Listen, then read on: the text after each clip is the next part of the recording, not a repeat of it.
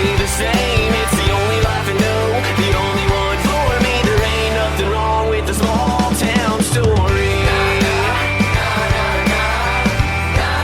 A small town story.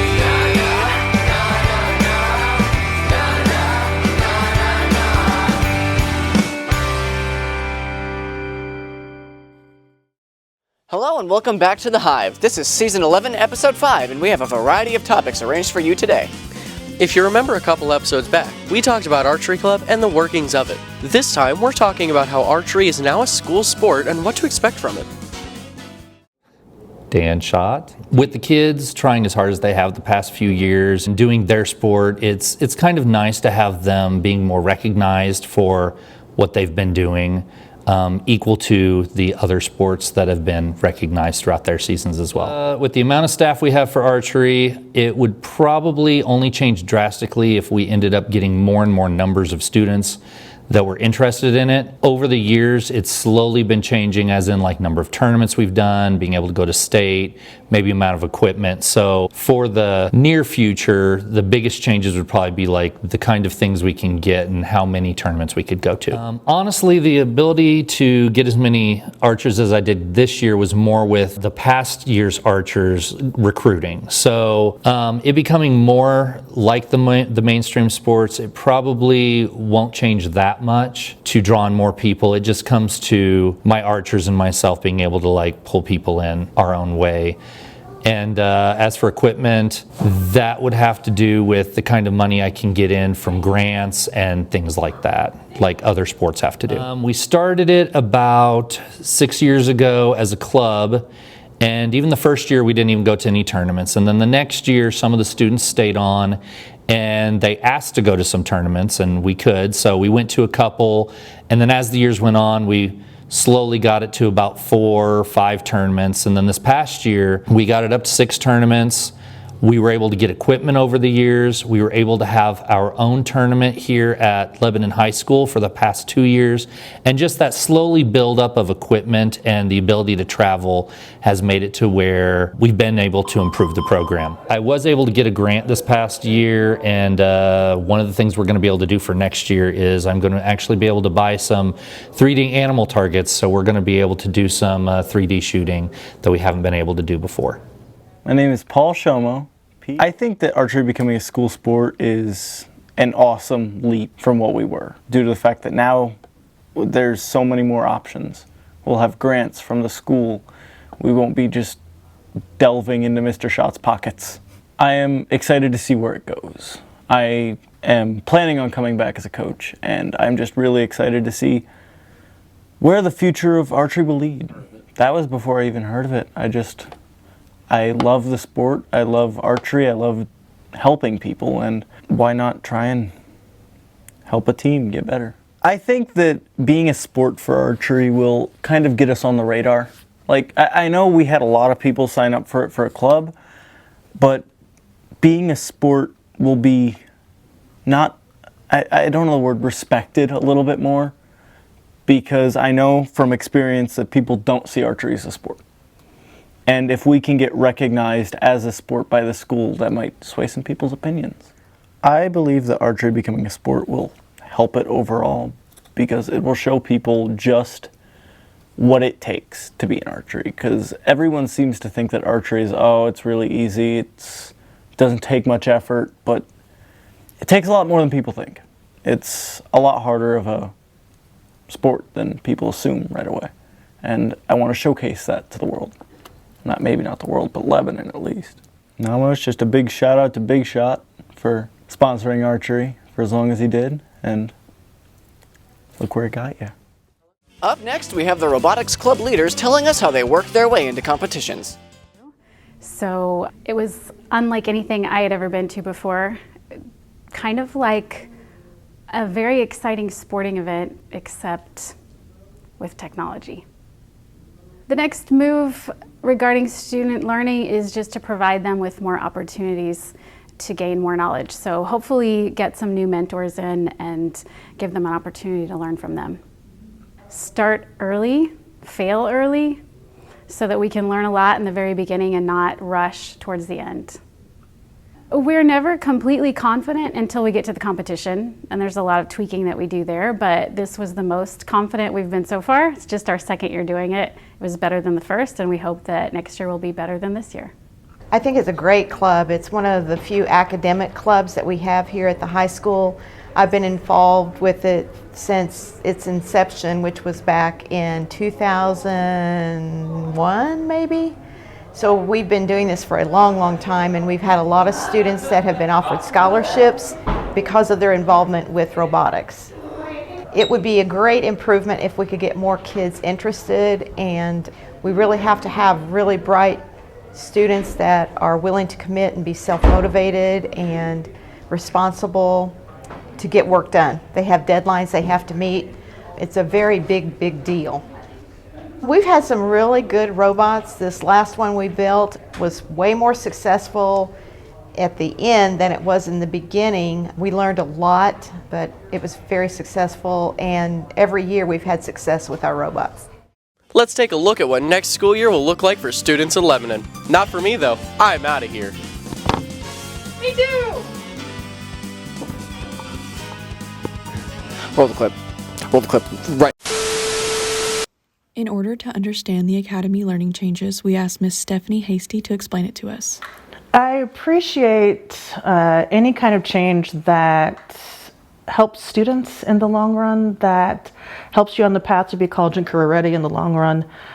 I also appreciate any time students are given choices and their needs are met where they are. So in terms of academies, I like the idea of kids being able to choose a pathway. I like the idea that students also are able to take classes that they enjoy and not waste their time in high school. There are still skills that need to be taught in the English classroom that every kid, I think, needs to learn. I also think that there's that common cultural literacy that every kid needs to have. Like, if you left high school not reading classic literature, I'd feel really bad. If you left high school not at least being open or seeing a piece of Shakespeare, I'd feel really bad as an English teacher. I don't think that those things are going to change.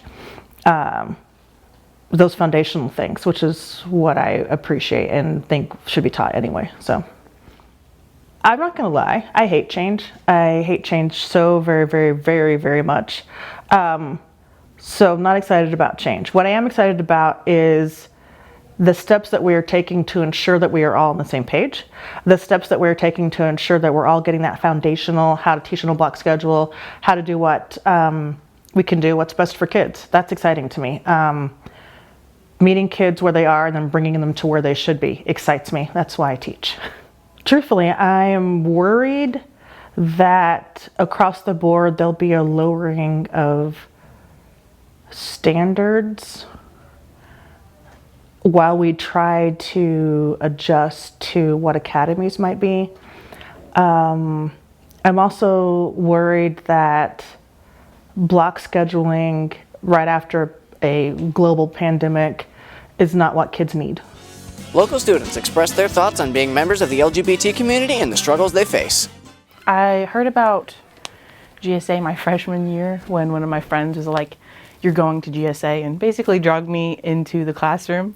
And and I've been there ever since. But last year was a little rocky.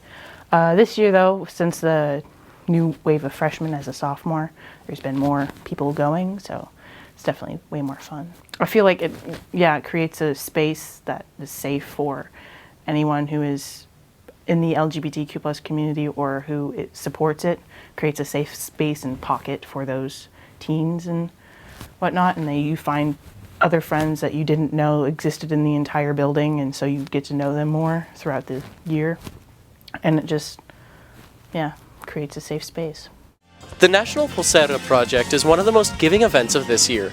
It's based out of Nicaragua, and there were guys who were there for like some trip, and they found a lot of these like artisans and merchants and stuff, and they were weaving these little bracelets together, and they had bought a couple of them, and they're like, oh, this is cool, but the problem is the people who were actually making them had no one to sell them to. The guys brought them back to America and then sold them to their friends, and it was successful. So now that community of like artists and creators now have an outlet to actually have a free market way to sell their stuff, because there's not a lot of market in Nicaragua. It did lead to a positive impact. Most of the money goes back to the communities for like education and infrastructure, because obviously things aren't as developed, so they get food, it goes to like schools and like roads and things like that. I just think it's really cool to do something that helps people. It's kind of the same as being in the class. You learn about cultures that you wouldn't otherwise interact with. These look really cool.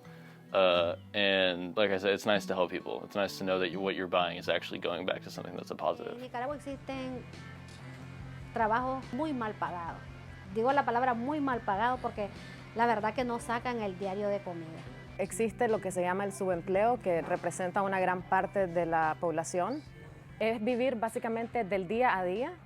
Todas estas personas que trabajan informalmente en Nicaragua, básicamente están por ellos mismos. In the beginning, we used to bring suitcases of shoes and clothes that we just wanted to help, but we didn't have anything more than that very simple idea. I'd say one of the earliest mistakes we made was thinking that we knew better than the people in Nicaragua what their communities needed. The project started with this huge learning curve that we had to confront. That instead of trying to help, we needed to spend time with Nicaraguans to listen and learn about this very different reality. The most common mistake people make when they come to Nicaragua trying to help is they don't have the context. They don't understand the country. They don't understand the culture. You know, I couldn't walk into your family and solve all your family's problems. Cuando viajamos de un país a otro, ¿de qué forma lo estamos haciendo?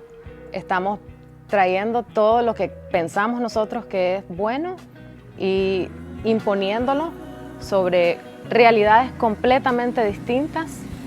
Es muy fácil dar y la gente se acostumbra a que le den, pero si le seguís dando a la gente, no va a aprender a hacer las cosas.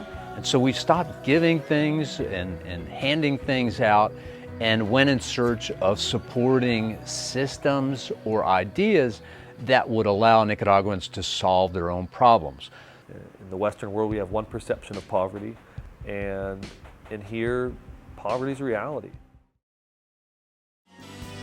The all-school art show is about kids who want to show off the work that they've done. It also shows off what the K-12 graders learned. Let's jump right into the video. My name is Johnny Dismick. So I'm going to be having multiple illustrations I've done, some paintings. I think most of them are paintings. Some are digital. Of course, when I was a kid, I really liked cartoons. And as a kid who really liked cartoons, I wanted to draw like the cartoons I liked.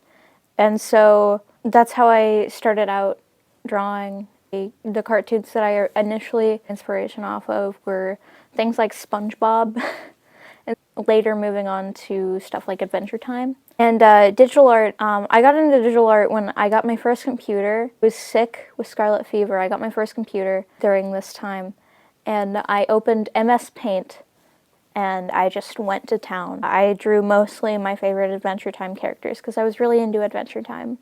Practice is a big thing, but another thing is to take your time, know your limits, do studies. Definitely do studies if you want to get better. Just lots of practice and take your time. Don't burn yourself out. At the same time, try to draw every day, even if it's just like a little doodle that you do on like a napkin or something. Try to draw every day, but not in a way that you're burning yourself out, because I've done that so many times, even in times where I shouldn't be doing that when I work on commissions, because I do those quite frequently. Just know your limits, pace yourself, practice, do studies, and if you want to get started in art, keep drawing those stick figures.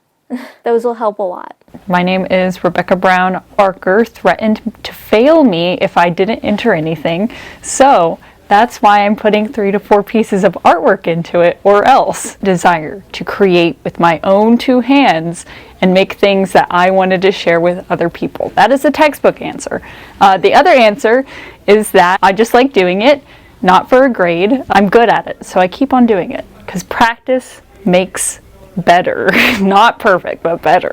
If you want to start art and you're thinking of it kind of seriously and that you want to keep on, creating for other people, the main thing that I can give you advice is to just start, because anyone can make art. It's not a bred and born talent in your own body. You just have to start doing it and know that even though it sucks now, it will get better. So It's just a lot of personal growth and taking the time to explore other things.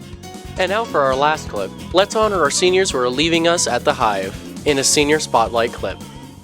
Castor Stiro. Their plans after school are to pursue their career as a YouTuber. Thomas Blankenship. He plans to further his career in computer engineering, mainly focusing on video game development.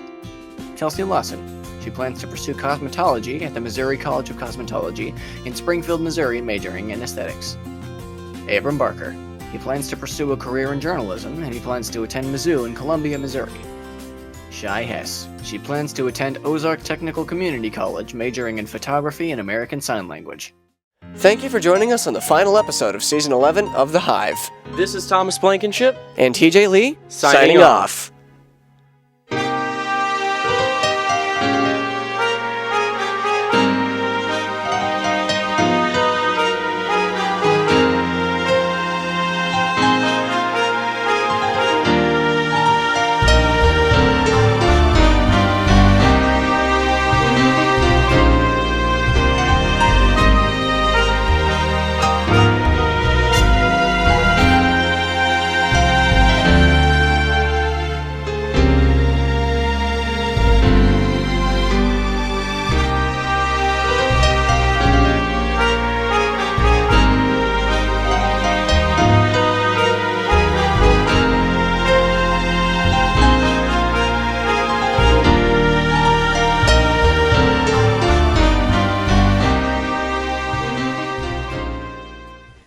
Hi.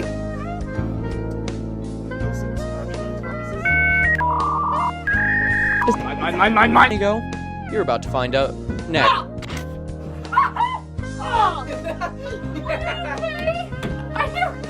That needs to be.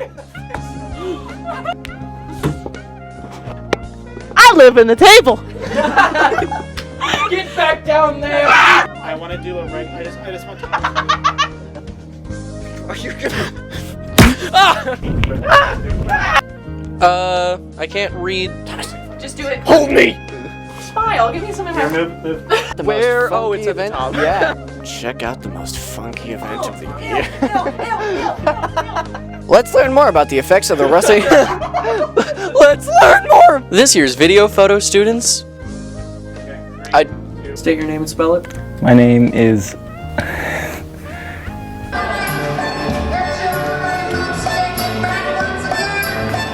Hey, what this storm will be impacting the area beginning on Wednesday, February 23rd. Hayden Burns. That's me. Where Thomas was.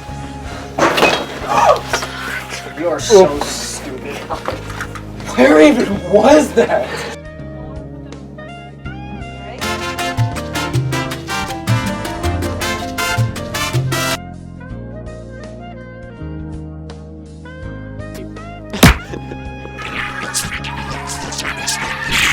Hello, I'm Thomas Blankenship with The Hive. Next in The Hive, we have Mr. Maxwell, and not only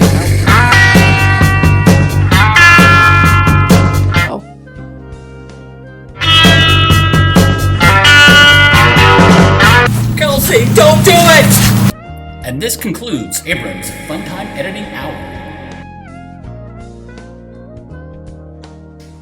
I should have wore a gay shirt today. Am I good here? Welcome back to Other way. ASMR. Right there. And then do the thing. Ah, got it. Got it. Got it. Join us inside. Join us in this.